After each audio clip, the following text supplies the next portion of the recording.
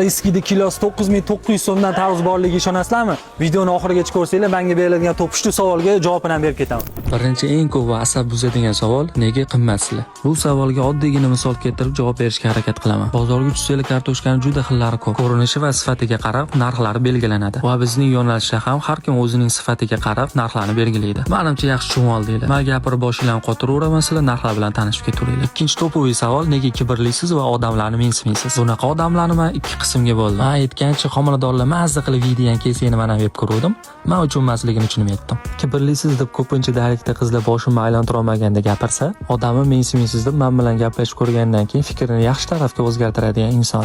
Xola, qani bizani arzon bo'lmashkala. Shunaqa qilib xolani kayfiyatlarini ham ko'tarib ketaman. Orada o'zimizga oro berishga ham vaqt topdik. Mehmon otangda ulug' deyishadi. Shuning uchun ham sifatli va mazali narsalar olishga harakat qilaman. Aytgancha kilosi 9900 so'mlik tarvuz borligiga men ham ishonmas edim. Bozorga ko'p tushganimizdan hamma bilan aka-ukadek bo'lib ketganmiz. Qazi-qartalar keladigan bo'lsak, bu alohida tema. Kechqurun ham kunduz ham kuch beradigan bolalar o'zingizlar temani yaxshi tushunasizlar. Faqat bolalarni emas, qizlarning ham temasi boshlanadigan magazinga kirib keldik. Qachonki shu magazinga kirsam, orqamga qaytib chiqib ketgim kelmay qoladi. Bu magazinda sotilayotgan mahsulotlardan deysizlarmi? Yo'q, bu magazinga kelayotgan sifatli klientlardan deyman. Saddam aka ham temani tushunib kulvardilar. Bu sirri hidiga javob bera olmayman-u, lekin sifatiga aniq javob beraman. Ishoninglar, mazasi og'zingizda qoladi. Sutli mahsulotlardan tashqari moni produktlardan ham ancha assortiment ko'p. Endi bo'lsa boshida aytib o'tilgan hamma mahsulotlarni bitta-bittalab tekshirib olamiz. Nega faqat Aleska? Axir bu mahsulotlarni boshqa bozorlarda ancha arzonroq olsa bo'ladi-yu deyshadi. To'g'ri, ko'tarmasiga olsanglar ancha arzon bo'lishi mumkin, lekin menga o'xshab bittalab terib olsanglar точно Aleskadan qimmat bo'ladi. Qalay, narx-navo sizlarga yoqdimi?